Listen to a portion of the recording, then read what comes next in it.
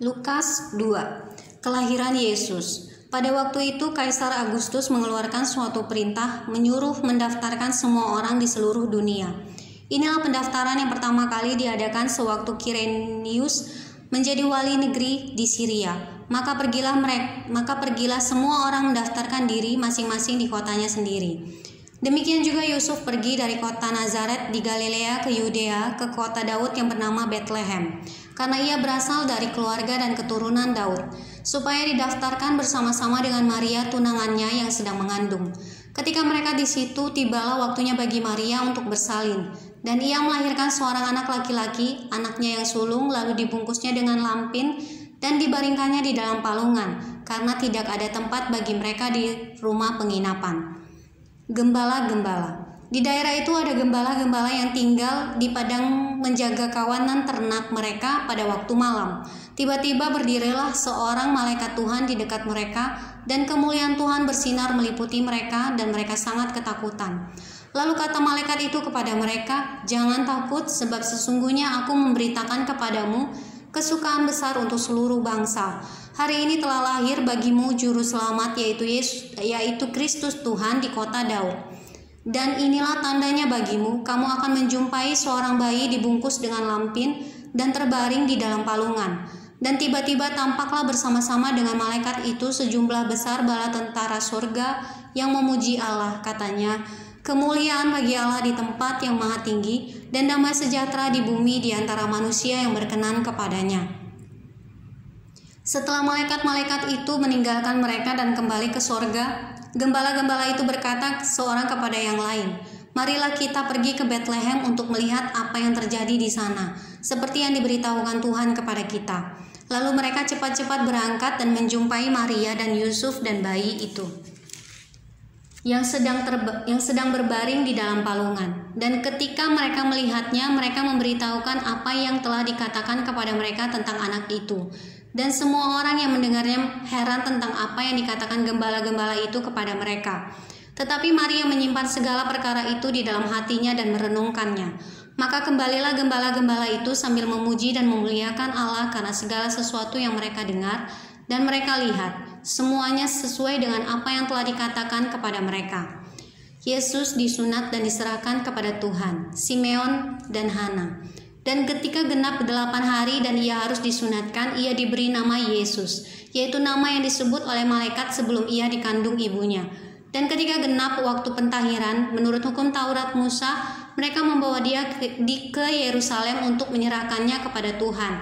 Seperti ada tertulis dalam hukum Tuhan, semua anak laki-laki sulung harus dikuduskan bagi Allah, dan untuk mempersembahkan korban menurut apa yang difirmankan dalam hukum Tuhan, yaitu sepasang burung tekukur atau 2 ekor anak burung merpati. Adalah di Yerusalem seorang bernama Simeon. Ia seorang yang benar dan saleh yang menantikan penghiburan bagi Israel. Roh Kudus ada di atasnya, dan kepadanya telah dinyatakan oleh Roh Kudus bahwa ia tidak akan mati sebelum ia melihat Mesias, yaitu Dia yang diurapi Tuhan. Ia datang ke bait Allah oleh Roh Kudus. Ketika Yesus anak itu dibawa masuk oleh orang tuanya untuk melakukan kepadanya apa yang ditentukan hukum Taurat, ia menyambut anak itu dan menatangnya sambil memuji Allah, katanya, "Sekarang Tuhan, biarkanlah hambamu ini pergi dalam damai sejahtera sesuai dengan firman-Mu. Sebab mataku telah melihat keselamatan yang daripadamu, yang telah Engkau sediakan di hadapan segala bangsa, yaitu terang yang menjadi pernyataan bagi bangsa-bangsa lain dan menjadi kemuliaan bagi umat-Mu Israel." Dan bapa serta ibunya amat heran akan segala apa yang dikatakan tentang dia. Lalu Simeon memberkati mereka dan berkata kepada Maria, ibu anak itu, "Sesungguhnya anak ini ditentukan untuk menjatuhkan atau membangkitkan banyak orang Israel dan untuk menjadi suatu tanda yang menimbulkan perbantahan. Dan suatu pandang akan menembus jiwamu sendiri, supaya menjadi nyata pikiran hati banyak orang." Lagi pula di situ ada Hana, seorang nabi perempuan, anak Fanuel dari suku Asyar. Ia sudah sangat lanjut umurnya, sesudah kawin ia hidup 7 tahun lamanya bersama suaminya. Dan sekarang ia janda dan berumur 84 tahun. Ia tidak pernah meninggalkan bait Allah dan siang malam beribadah dengan berpuasa dan berdoa. Dan pada ketika itu juga datanglah ia ke situ dan mengucap syukur kepada Allah dan berbicara tentang anak itu kepada semua orang yang menantikan kelepasan untuk Yerusalem.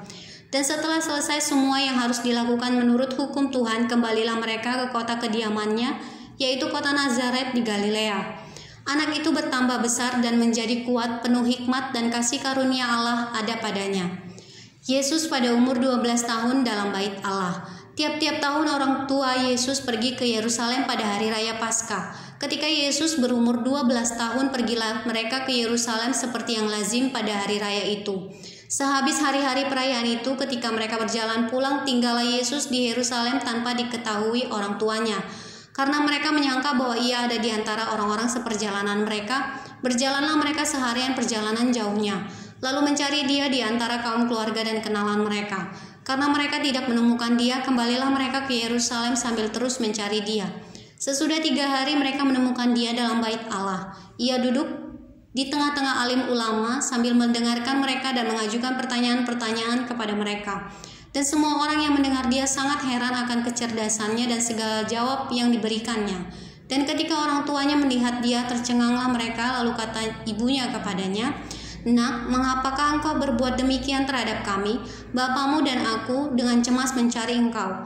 Jawabnya kepada mereka, "Mengapa kamu mencari aku? Tidakkah kamu tahu bahwa aku harus berada di dalam rumah Bapakku?" Tetapi mereka tidak mengerti apa yang dikatakannya kepada mereka. Lalu ia pulang bersama-sama mereka ke Nazaret, dan ia tetap hidup dalam asuhan mereka. Dan ibunya menyimpan semua perkara itu di dalam hatinya. Dan Yesus makin bertambah besar dan bertambah hikmatnya dan besarnya, dan makin dikasihi oleh Allah dan manusia.